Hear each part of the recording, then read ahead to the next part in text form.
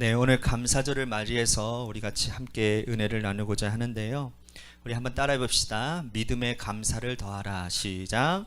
믿음의 감사를 더하라. 아멘. 믿음은 또 뭐고 감사는 또 뭐냐, 그런 의미가 있을 수 있을 것 같은데 오늘 말씀을 여러분들이 잘 들으시고 은혜 받으시기를 바라겠습니다. 제가 간혹 가다가 기침이 나올 수도 있어요. 여러분들 양해 좀 부탁드리겠습니다. 어느 유명한 강사가 강연하시는 것을 제가 우연치 않게 유튜브를 제가 보게 되어졌는데요. 이분이 이제 여러 대학을 다니시면서 강연을 하시다가 나름대로 본인이 알게 된 어떠한 그러한 포인트가 있다라는 거예요. 근데 그 포인트가 저에게 굉장히 어떻게 흥미롭게 다가왔어요. 또 설득력이 있어서 여러분들에게 좀 소개를 하도록 하겠는데요. 이분이 말씀하시기를 자기가 아주 명문대에 가서도 강연을 했고, 그리고 소위 보통 우리가 얘기하는 평균 이하의 그러한 대학교를 가서 강의도 해보았는데 그 학교들마다 이렇게 학생들이 나뉘어지게 된다는 겁니다.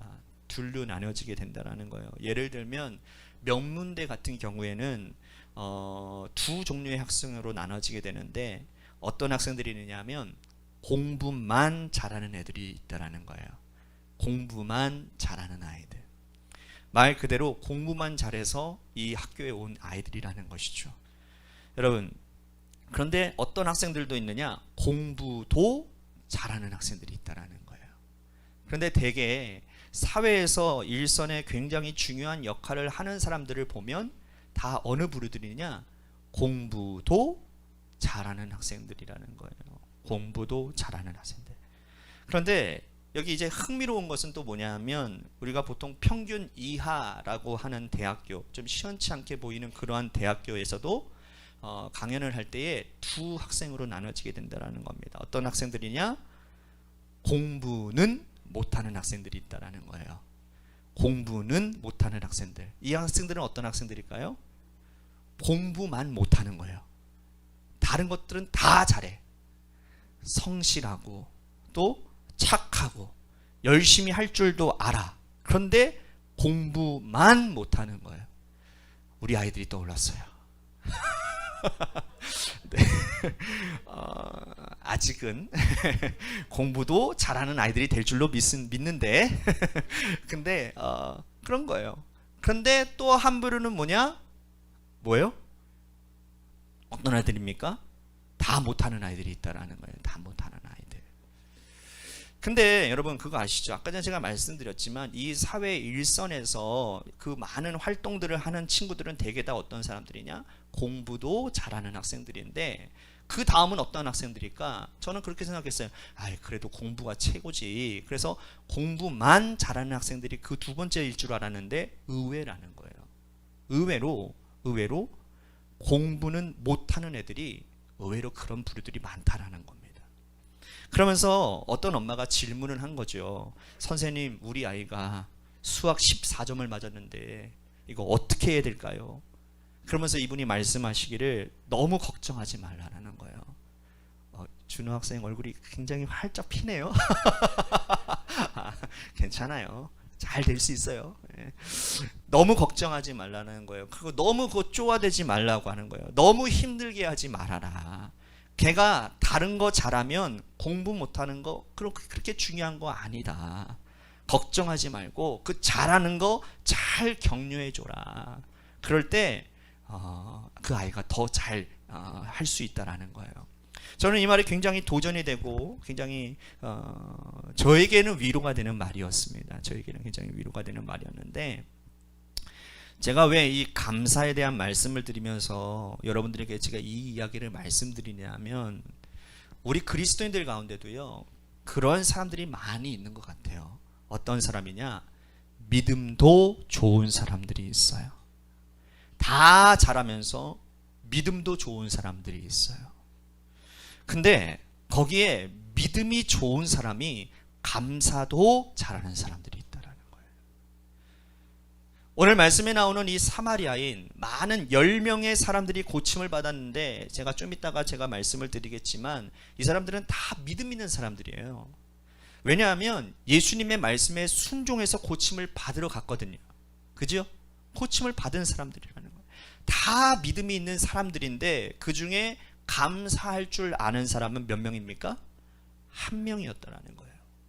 그만큼 믿음 생활을 하면서도 우리가 감사도 함께 하기란 쉽지 않다라는 거죠. 그런데 제가 봐도 마찬가지인 것 같아요. 감사도 잘하는 사람이 진짜 하나님의 귀한 백성의 역할을 감당합니다. 오늘 여러분들 다 믿음 있으시잖아요. 믿음 없으세요? 다 믿음 있으시잖아요. 뭐 그 믿음의 정도가 레벨 차가 좀 있을 수는 있겠지만, 그러나 기본적으로 다 여러분들은 믿음이 있는 분들이라고 저는 생각합니다. 제가 정말로 이 말씀을 통해서 여러분들에게 도전을 드리고 싶은 것은 뭐냐 하면, 감사도 하는 믿음의 사람들이 다 되시기를 바라겠습니다. 감사도 하는 믿음의 사람. 제가 감사에 대한 말씀을 목회하면서 많이 전했고, 그리고 또 앞으로도 많이 전하게 될 겁니다. 제가 오늘 본문 말씀을 여러분들에게 처음 소개하는 것 같은데, 하지만 이 말씀에 대해서 제가 생각해 본 적은 많이 있는 것 같아요. 저도 성경을 읽으니까 저의 생각은 늘 그거였어요. 왜 10명이 고침을 받았는데 한 명만 났을까? 이것은 아주 특별한 상황일까? 아니면 이것이 우리들의 삶에 매우 평범한 일일까? 여러분들 어떻게 생각하십니까? 지금 이 사마리아인이 한 사람만 감사한다고 찾아온 이 상황이 우리들의 삶에서 좀 약간 좀 멀어져 있는 일입니까? 아니면 굉장히 평범한 일입니까? 10명이 도움을 받고 10명이 은혜를 받았으면 몇 명이 돌아와서 감사를 한다고요? 1명. 근데 이게 우리에게 평범한 삶의 상황이냐라는 거예요. 저희 교회가 뭐 이렇게 대가를 바라지 않아요. 뭐 돕는 거, 이렇게 지역사회를 돕는 일들을 우리가 뭐 대가를 바라거나 우리들이 우리 교회를 뭐 자랑하려거나 뭐 그런 것들을 하는 것이 아닙니다. 하나님이 주신 사명이라서 우리들이 많은 돕는 일들을 하는데, 솔직히 여러분 말씀드리면 이 일들을 함에 있어서 그분들에게 감사의 표현이 돌아오는 것은 10%도 안 돼요. 10%도 안 됩니다.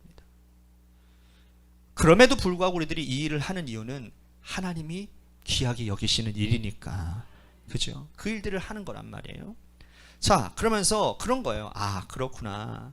예수님 믿고 믿음 생활하지만 도움받았다고 은혜를 입었다고 다 감사하는 것이 아니구나. 매우 이 말씀에 나온처럼 우리들의 삶에 평범한 일일 수 있겠다. 여러분들 하루에 감사합니다 몇 번 외치십니까?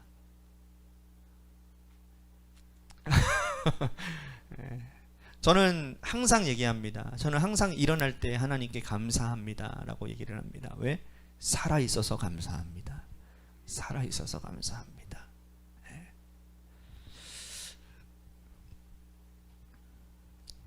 이 사람들은 지금 기적을 경험했어요. 여러분, 나병이라고 표현되어져 있는 이 병은 어쩌면 다양한 뭐 피부병일 수도 있지만 진짜로 나병일 수도 있죠. 어쨌든 간에 이들은 굉장히 불편한 삶, 그리고 어려운 삶을 살다가 주님의 은혜로 삶이 뒤바뀌어지는 놀라운 은혜를 경험한 사람들이에요. 여러분, 이 정도 귀한 은혜를 입었으면 10명 중에 10명이 당연히 예수님께 나와 감사해야 될 것 같지만 우리의 현실은 그렇지 않다라는 거예요.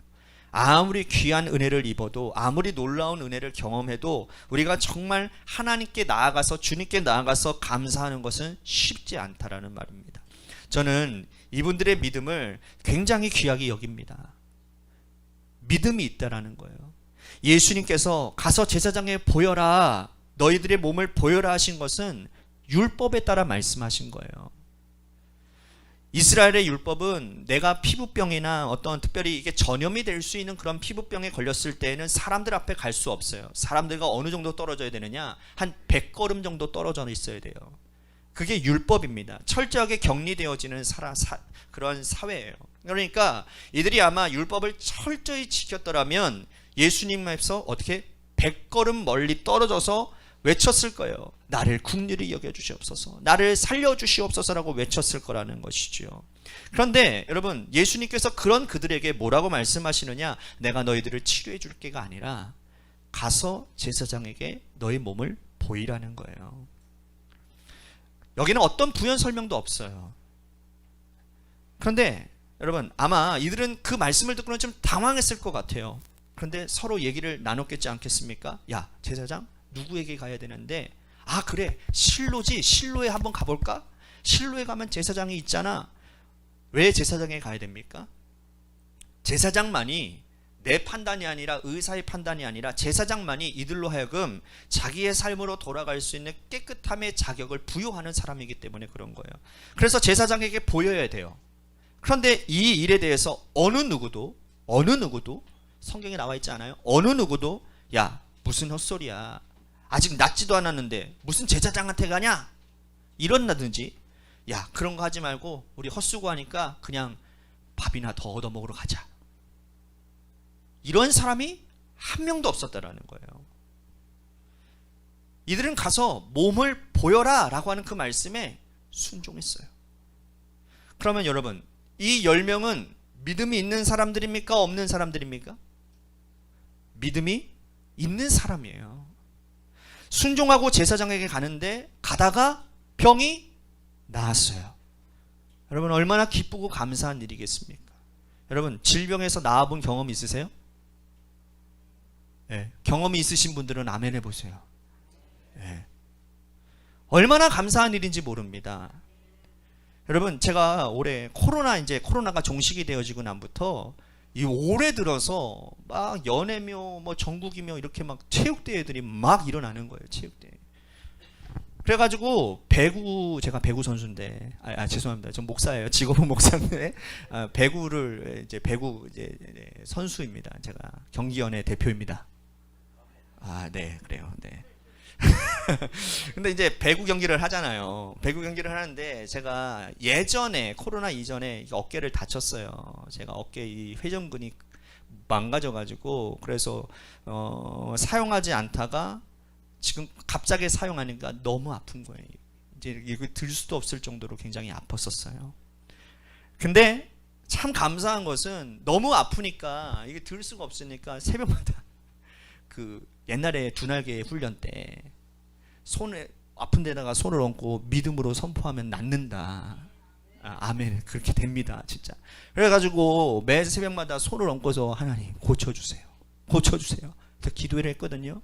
그런데 세상에나 지금은요 가끔 무거운 거 좀 들 때만 좀 뻐근할 뿐이지 지금은 괜찮아요. 보이시죠? 보이시죠? 그렇다고 뭐 제가 치유의 은사가 있는 건 아닙니다. 예. 그런 건 아닌데 어쨌든 간에 얼마나 감사한지 몰라요. 얼마나 감사한지 몰라요. 여러분, 그런데 우리는 이런 감격은 있지만 큰 소리로 하나님께 영광을 올려드리는 이 사마리안 같이 우리가 감사할 줄을 모를 때가 많이 있다라는 거예요. 모든 사람들이 너희들 깨끗하다, 이제 집으로 돌아가라, 너희들 가서 아이들의 3날새 많고 가서 아내와 함께 잘 지내고 너희들이 가서 삶으로 돌아가라, 사람들과 함께 잘 지내라, 그런 기쁜 소식을 듣고 기뻐서 춤추며 감격하며 자신의 삶으로 다 흩어져 갔는데 단 한 사람만 예수님께로 돌아갔다라. 여러분 의외로요 감사의 길이라는 건 쉽지가 않다라는 거예요. 우리의 삶이 바빠서, 내가 가야 할 곳이 많아서 정말 가야 하는 이 감사의 길을 걸어가지 못하고 그냥 바쁘게 나의 삶으로 돌아간다라는 것이죠. 여러분 이 감사의 길은 걸은 유일한 사람이 바로 오늘 말씀에 나오는 사마리아 사람이었다라는 겁니다. 자, 제가 볼 때에 감사를 분별할 때는 구할 때가 아니라 응답 받을 때인 것 같아요. 여러분 기도하는 것 믿음의 모습 아닙니까? 그죠? 구하는 것 우리를 불쌍히 여겨주시고 그리고 그 말씀에 순종하여 나아가는 것 다 믿음의 모습이잖아요. 그런데 진정한 감사의 모습은 어디에서 분별되어지느냐? 응답 받은 후에, 하나님의 응답을 받은 후에 진짜로 우리가 감사한 사람인지 아닌지가 알게 되어진다라는 거예요. 그래서 하나님은 우리의 기도에 응답하신 다음에 어떻게 하시느냐? 우리를 기다리신다라는 겁니다. 기다리세요. 예수님께서 이 10명의 환자들을 고치신 다음에 이들을 어떻게 하셨어요? 죄송합니다.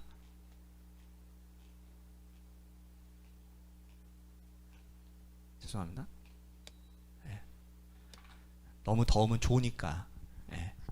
여러분들 보세요. 예수님께서 이 10명의 환자를 고쳐주신 다음에 이들을 어떻게 하시느냐? 기다리고 계셨어요. 왜 너밖에 안 하느냐? 나머지는 어디 갔느냐? 라고 주님이 물으시는 건 주님이 기다리고 계셨다라는 거예요. 혹시 여러분들의 삶에 응답 받으신 일들이 있으십니까? 지금 주님이 기다리고 계십니다. 주님께 감사하며 더 복음에 합당한 삶을 살라라고 주님은 기다리고 계십니다. 우리는 중요한 순간에 감사해야 됩니다. 여러분, 응답받은 그때에 감사할 줄 아십니까? 감사를 절대로 대충 넘어가지 마십시오. 우리의 표현에 그런 말이 있잖아요. 구렁이 담 넘어간다. 이렇게 싹 넘어가듯이 넘어가지 마시라는 겁니다. 우리는 감사를 지나치기가 쉽습니다. 왜요? 우리의 삶이 너무 바쁘니까요. 해야 할 일들이 많잖아요. 그러다 보니까 정말로 고마운데 마음은 있는데 감사하기가 쉽지 않다라는 거예요. 또 여러분 그거 있잖아요. 상대방이 너무 높으신 분이고 귀한 분이면 뭐예요? 아유, 우리가 감사합니다라고 한다고 해서 감사 받겠어? 뭐 그런 마음들이 있지 않습니까? 감사하기가 쉽지 않은 거예요. 아마 이 10명의 사람들도, 특별히 9명의 사람들도 그러한 마음을 가졌을 수도 있을 것 같아요. 이분들은 구걸하던 사람들이었고 또 불쌍하게 살아가던 사람들이었는데 지금 당장 나았지만 뭘로 예수님께 감사를 드릴 수가 있겠냐라는 거예요. 서로 얘기했을지도 몰라요. 아, 나 가진 거 없고 누더기 입고 있는데 아유, 예수님께 뭐 감사드릴 게 뭐가 있는가? 쑥스러워서 어떡하냐? 야, 예수님 좋은 분이야. 뭐 넥타이 같은 거 원하시지도 않고 그러니까 그냥 가자. 그렇게 했을지도 모른다는 거예요. 근데 여러분, 감사라고 하는 것은 많은 것이 있어야만 드릴 수 있는 것이 절대로 아니라는 거죠. 그런데 우리는 그러한 핑계로, 좋은 것이 없다라는 핑계로 드리기를 어려워한다는 것이죠. 시간을 놓쳐서, 때를 놓쳐서 감사하지 못할 때도 참 많은 것 같아요. 지나갔으니까 이미 지나간 것은 지나간 대로 그냥 살아야지. 여러분, 여기 9명의 사람들 어떠한 이유에서든지 간에 아마 그들 안에 감사와 감격과 감동이 다 있었겠지만 그것을 정말로 표현하지는 못했다라는 것이죠. 여러분, 그것이 오늘 말씀이 만들어주는 차이라는 겁니다. 감사를 정말로 하나님께 표현할 수 있느냐, 아니면 그냥 감사를 안에만 갖고 살아가느냐, 이것이 오늘 말씀의 핵심이라는 거예요. 다시 말씀드립니다. 감사를 다 가지셨습니다. 여러분들 다 가지셨죠? 그러나 그 감사의 길을 걸어간 사람은 한 명밖에 없다라는 겁니다. 우리가 참 여러분 참 잘 될 때, 좋은 일 생길 때 주님께 감사하는 일이 참 귀한 일입니다. 여러분들에게도 그러한 감사가 있으시기를 축복하겠습니다. 좋아지십시오. 잘 돼 가십시오. 그래서 감사거리들이 넘치시기를 바랍니다. 여러분, 잘 될 때 있으셨죠? 네. 잘 될 때 있으셨잖아요. 그때 주님께 진심으로 감사하셔야 됩니다. 직장에 들어가고 학교에 합격하고 좋은 일 생기고 기회가 생기고 내 사업장이 다시 회복되어지고 우리 자녀들이 나아가 건강해지고 우리가 잘 될 때 우리가 감사하는 마음만 품는 것이 아니라 주님께 감사를 드릴 수 있는 삶을 살아야 된다라는 거죠. 여러분 혹시 이런 말 들어보신 적 있으세요? 잘 될 때 조심해라. 그 말 많이 들어보셨어요? 잘 될 때 조심해라. 여러분 저는 어렸을 때부터 그 얘기를 참 많이 들었어요. 조심해라는 말을 많이 들었어요. 왜냐하면 항상 이게 청방직주처럼 돌아다녀가지고 어딜 가면 매번 넘어지고 막 그랬던 적이 많아서 부모님이 항상 어디를 갈 때면 조심해라 조심해라 그렇게 얘기하는데 그게 저에게는 계속 들려지는 이야기인지 저희 아이들한테도 항상 얘기합니다. 여기가 우리 사택에서 여기 내려오는 계단이 굉장히 가파르잖아요. 그러니까 항상 아이들 학교 갈 때 계단 조심해 계단 조심해. 특히나 우리 아동부 아이들도 이렇게 올라가고 내려갈 때도 보면은 항상 뭐라고 하느냐, 계단 조심해 계단 조심해 그렇게 얘기를 하거든요. 여러분 잘 될 때 조심하라, 그 말을 제가 언제 많이 하냐면 운동할 때 참 많이 합니다.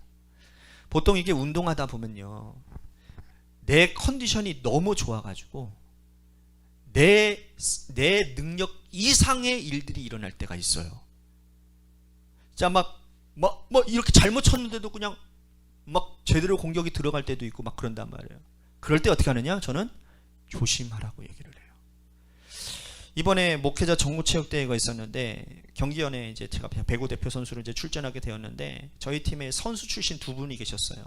근데 한 사람이 30대 초반인 전도사님인데 이분이 선수예요. 선수 출신인데 굉장히 얼굴이 잘생겼고요. 노래도 잘하고요. 하여튼 간에 그렇죠. 이런 말 하면 없지만 재수없어요. 다 잘해. 어떻게 뭐라 말씀은 못 들어서 모르겠는데 하여튼 다 잘하는 친구야.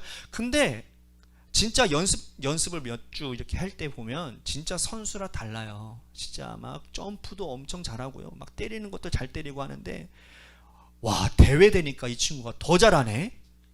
막 의욕을 갖는 거야. 막 욕심을 가지고서는 더 잘하려고 하는 모습을 보는 순간 저는 뭐 생각나느냐? 전도사님 조심하세요.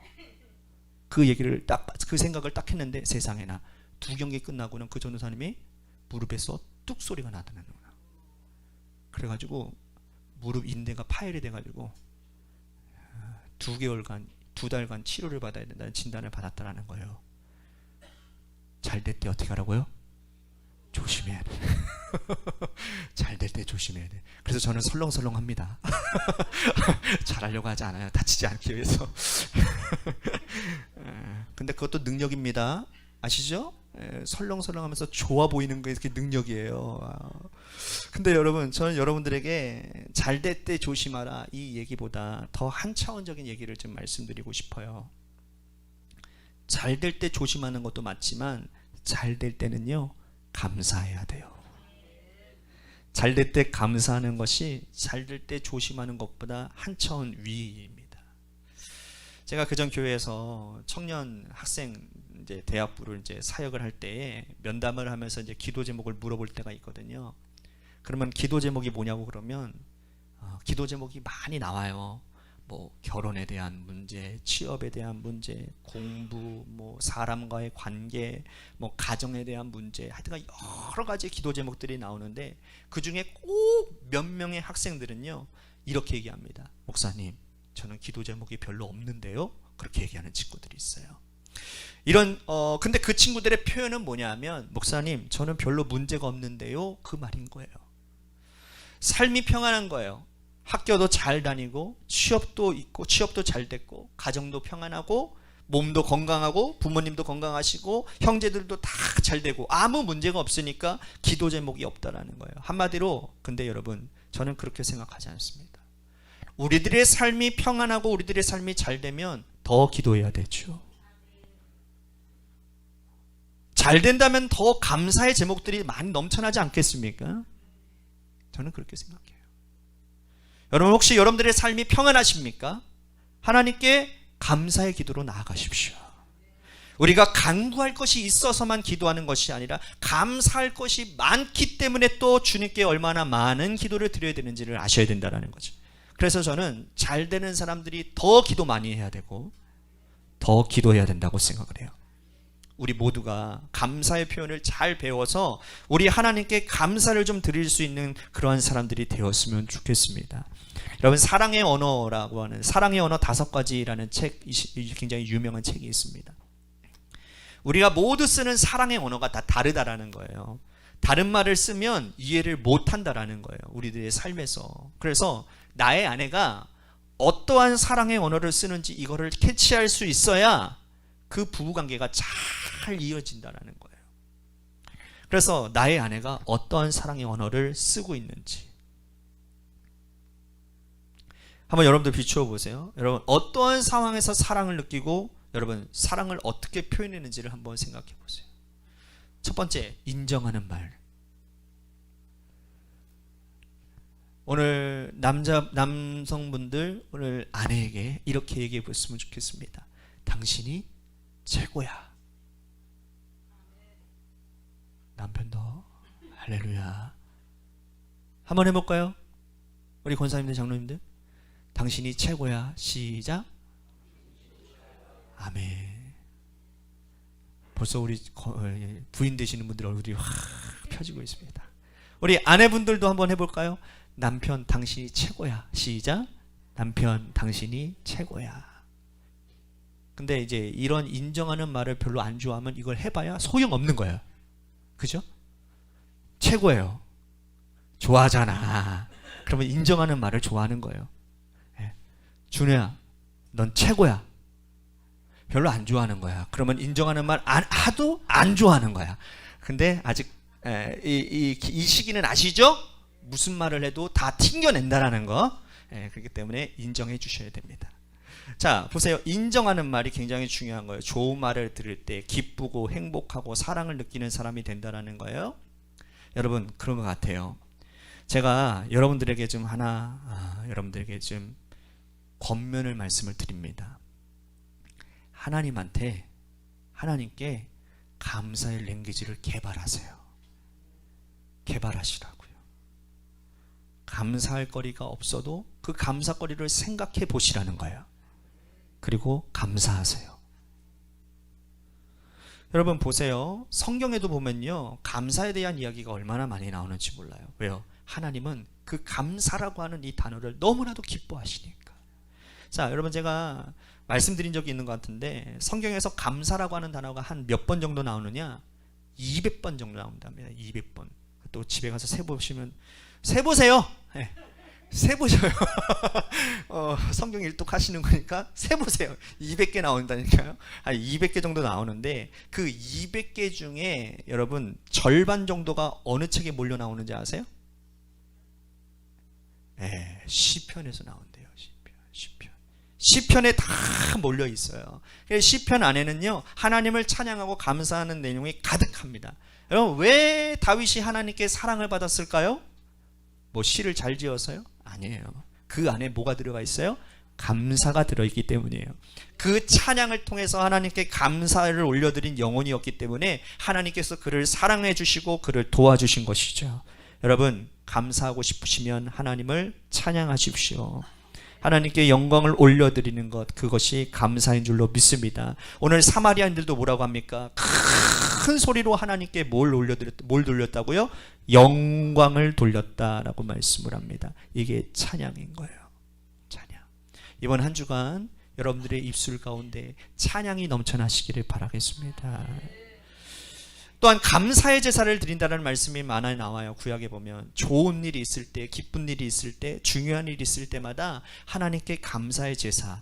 그래서 우리가 여러분 예물을 드릴 때에도요, 절대로 아무거나 드리지 않잖아요. 그렇죠? 저는 오늘 이 앞에 보는 이 과일들, 이 떡들, 이걸 보면서 저는 뭘 느꼈느냐면 미스 코리아 경연대회를 보는 것 같았어요. 이 앞에 놓여져 있는 이 과일들이 얼마나 반짝반짝 거리고 얼마나 아름답고, 정말 우리 성도님들이 정말 정성껏 잘 준비하셨다.